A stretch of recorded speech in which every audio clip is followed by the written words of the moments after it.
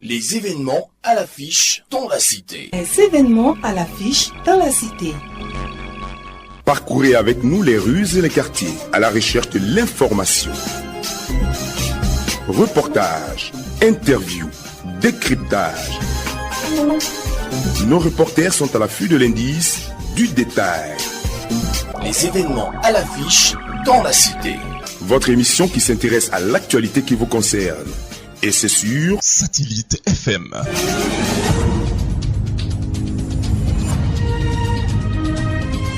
Du 24 juillet au 26 août 2023 se déroule sur le terrain de l'école primaire Jean Nanguin la 7e édition du tournoi de Maracana Inter-Bois Sacré de Korogo. Pour cette édition, 32 bois sacrés sont en compétition. Le parrain Jean-Claude Yeo, avant le démarrage du tournoi, était face à la presse.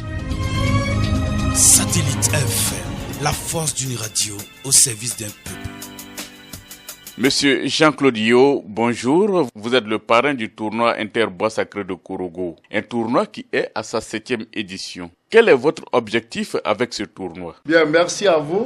La première chose que nous visons, c'est de faire connaître cette institution pour que le monde entier sache que le peuple Senoufo a gardé sa tradition. Parce qu'en voyant des gens porter des kodjo et jouer au ballon, les gens se rendent compte qu'effectivement, le peuple Senoufo a gardé sa tradition. C'est une manière de s'ouvrir. Parce qu'il y a des gens, quand ils voient des gens en tenue traditionnelle, ils ont même peur de les approcher. Ils ne savent pas qu'ils peuvent jouer au football. Ils ne savent pas que c'est des gens qui peuvent s'exprimer également comme eux.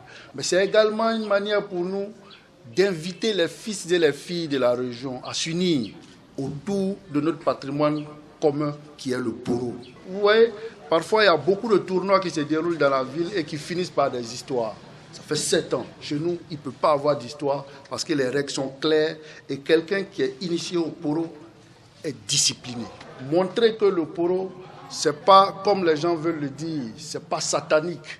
Non, au contraire, c'est une vraie école de formation qui forme des hommes bien pour la société. Aujourd'hui, c'est la 7e édition. Quel a été l'impact de ce tournoi pendant ces 6 années qu'il a existé sur Korogo et ses villages, et aussi sur les acteurs eux-mêmes qui sont les initiés au poro? Bien, je voudrais vous remercier pour cette question, parce que c'est normal. On peut se demander, mais ça fait 6 ans, on va à la 7e année, qu'est-ce que ça a apporté concrètement? Mais je vous assure que ce tournoi a apporté beaucoup de choses.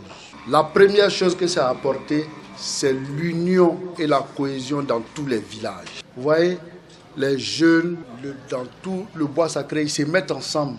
Ils désignent une équipe qui est composée de 15 joueurs pour venir participer à une compétition et qui vient défendre les couleurs du village, qui vient défendre la renommée du village, qui vient défendre le nom du village. Et à partir de ce moment, tout le monde fait bloc derrière cette équipe-là dans le village. Je veux vous donner l'exemple du village de Latonon, où il y a 2 bois sacrés qui, les premières années, sont venus en rang séparé. Mais ils sont là. Je pense qu'aujourd'hui, ils ont fait une seule équipe dans le village et ils viennent jouer ensemble. Les 2 bois sacrés se sont mis ensemble. Donc vous comprenez, ça c'est déjà un pan important. Au-delà des villages eux-mêmes, ce tournoi a permis aux jeunes entre eux de tisser des liens entre eux. Ils ont commencé à être des amis entre les villages, ils ont commencé à avoir des liens, des camaraderies et tout ça.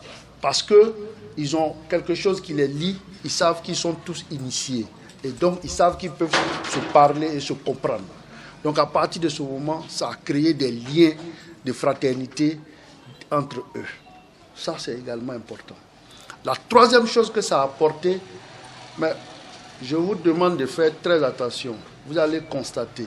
Vous allez avoir plus de touristes qui vont venir. Vous allez avoir plus de frères qui sont à l'extérieur. Il y a d'autres qui programment leurs vacances spécialement pour venir assister à ce tournoi. Et ça fait rentrer quelque chose pour les promoteurs hôteliers, les promoteurs de restaurants, etc. et tout ça. Ça, c'est la troisième chose que ça a apporté.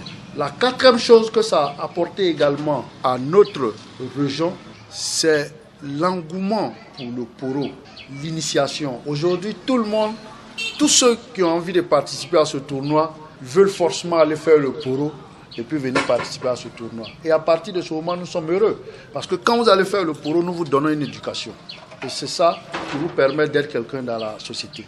Donc, ça a permis effectivement d'augmenter le nombre de personnes qui reviennent à la tradition. Parce que le poro était présenté, comme je l'ai dit, comme quelque chose de satanique, quelque chose qui ne va pas avec... mais ce n'est pas vrai, c'est pas vrai. Ça a permis quand même d'ouvrir un peu cette institution-là. Ça, c'est extrêmement important. Et puis, vous allez constater que chaque fois que nous organisons ce tournoi, les cadres se réunissent autour, parce qu'ils sont tous initiés, donc ils se réunissent autour de ce tournoi. Et aujourd'hui, tout le peuple Senufo est en train de porter ce tournoi. Je vous ai dit, Mbengue veut jouer. Donc tout le peuple Senufo est en train de se mettre ensemble autour de la chose commune. Ce n'est pas parce que c'est le football, mais c'est parce que c'est le football qui est joué par des initiés du poro.